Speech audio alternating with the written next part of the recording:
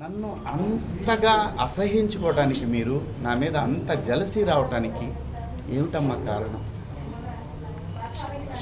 నేనేం తప్పు చేశాను? నా బుద్ధి గడ్డి తిని మీ నాన్న చెప్పడా మీ ఇంట్లో?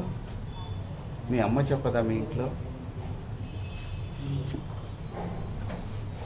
అంత ద్వేషం ఎందుకు పెంచుకుంటున్నారు? వినా స్త్రీయ జననం నాస్తి. స్త్రీ లేకపోతే ప్రపంచమే లేదు. అసలు ఈ మానవాళ్లే లేదు. ఏ మగవాడు కూడా తన ఇంట్లో తన భార్య, తన బిడ్డ, తన అక్క చెల్లెళ్ళు, తన కుటుంబాలు ప్రతి ఒక్కడికి ఉంటాయి. ఇక్కడ ఎవరి మీద దాడి చేస్తున్నారని, ఆ డివిజన్ని తీసుకురావాలని ఎందుకు తహతహలాడిపోతూ ఉన్నారు?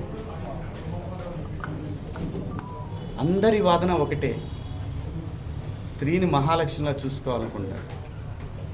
ఎవరు బట్టలు ఎలా వేసుకుంటే నాకేంటమ్మా? మీరు ఎలాంటి బట్టలు వేసుకోవాలనేది మీ ఇష్టం. నేను ఒక తండ్రిలాగా నా దగ్గర హీరోయిన్లు అందరూ కూడా నాకు తండ్రిలాగా నేను పాత్రలు చేస్తున్నాను కాబట్టి నా బిడ్డలకు చెప్పినట్టు చెప్పానే కానీ ఇంతకుముందు ఎప్పుడు ఎవరు ఏమీ అనలేదమ్మా. వాళ్ళ మీద మీరు ఇలాగే కంప్లైంట్లు ఇచ్చారా? జూమ్ మీటింగులు పెట్టుకొని మీలో మీరే? ఏమ్మా, పేర్లు పెట్టి అనగలను నేను, కానీ మీరు ఇబ్బంది పడకూడదు. ఇంత కుట్ర చేయాలన్న మీదన శివాజీ అనేవాడు సినిమా పబ్లిసిటీ కోసం అంత చిల్లరగా దిగజారుతాడా శివాజీ? నాకు అలాంటి డబ్బు పిచ్చి, ఫేమ్ పిచ్చే ఉంటే రాజకీయాల్లో నేను ఎక్కడో ఉండేవాడిని.